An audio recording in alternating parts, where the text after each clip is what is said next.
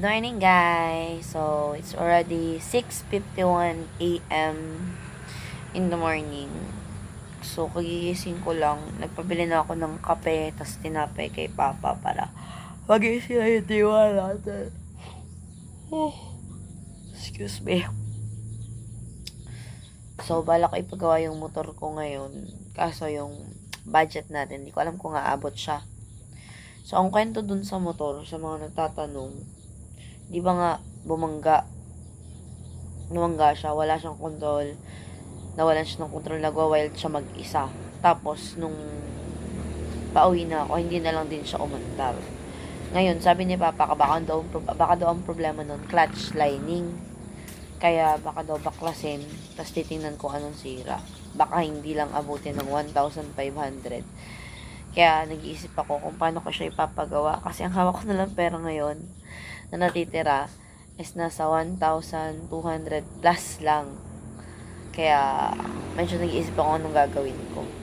Ang hirap kasi na hinahatid ako ni Papa ng papasok ako doon. Gagas akong 50. Tapos uuwi pa siya dito. Adi sayang yung gas. Tapos babalik na naman siya ng gabi. Sunuin niya ulit ako. Sira yung schedule din nila ng tulog. Kasi yung oras ng uwi ko, alas 12 nila ako pupuntahan doon. Adi matutulog sila alauna. Diba? Tapos, mas matagal, mas mabilis kasi may nakamotor ako compared sa pag hinahatid ako ni Papa. Kaya, titingnan natin kung anong pwede natin gawin. Sa agahan ko din pumasok para pumaldo naman tayo sa sahod. Kahit makailang oras ngayon for today's video. Time update, guys. So, it's already 8:81 a.m. in the morning. So, kumain ako ng pandesal, nagkape na ako. Yun na yung pinaka-breakfast ko. Uminom din ako ng vitamins natin. As you can see, nakaligo ako. And for today's video, naka-t-shirt lang ako, tas naka-short. Ito yung outfit natin for today's video sa live kasi tinatamad na ako mag-ayos or magkaroon naman ibang damit. Di pa rin kasi ako nakakapaglabat, wala nang time maglaba. At nagmamadali ako magsalita. So, naka-ready na yung gamit ko. Gagawin na tayo. Si Papa, naihatid na niya yung motor dun sa pagawaan. Pag naayos daw, mamaya ihatid na lang daw niya sa akin. Kaya, yun lang atake for today's video. Let's go. Tingnan niyo naman yung ulap, ang ganda oh. So, hindi na tayo.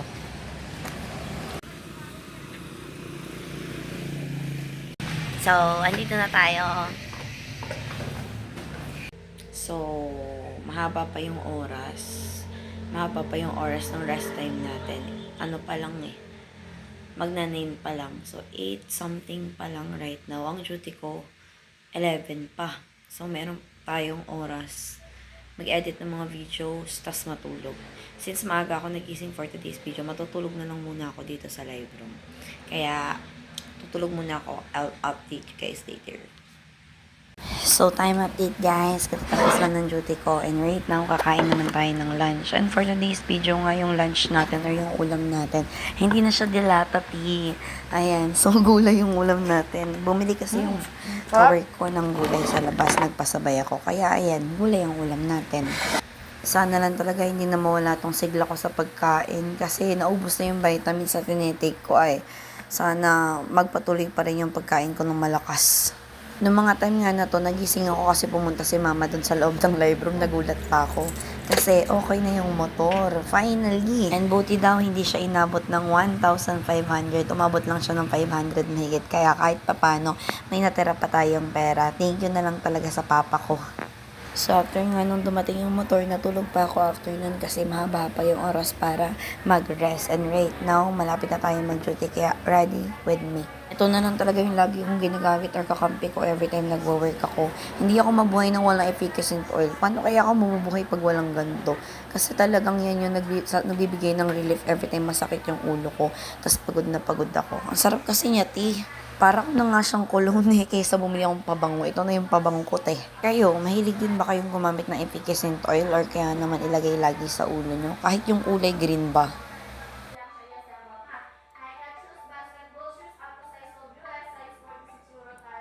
Time update, it's already 10:31 AM in the morning. So, maaga ko na inend yung duty ko kasi, ang hina ng benta, wala na check out. Kaya, nag-decide ako na mag 2 hours na lang for tonight. Kaya, uuwi na tayo. It's time for us to go home. And anyway, since ayos na yung motor natin, magdadrive na tayo. Let's go! So, hi guys! Nakauwi na tayo ng bahay. And right now, kakain na ako. After ko kumain, matutulog na tayo. Yun lang for today's video. Bye-bye!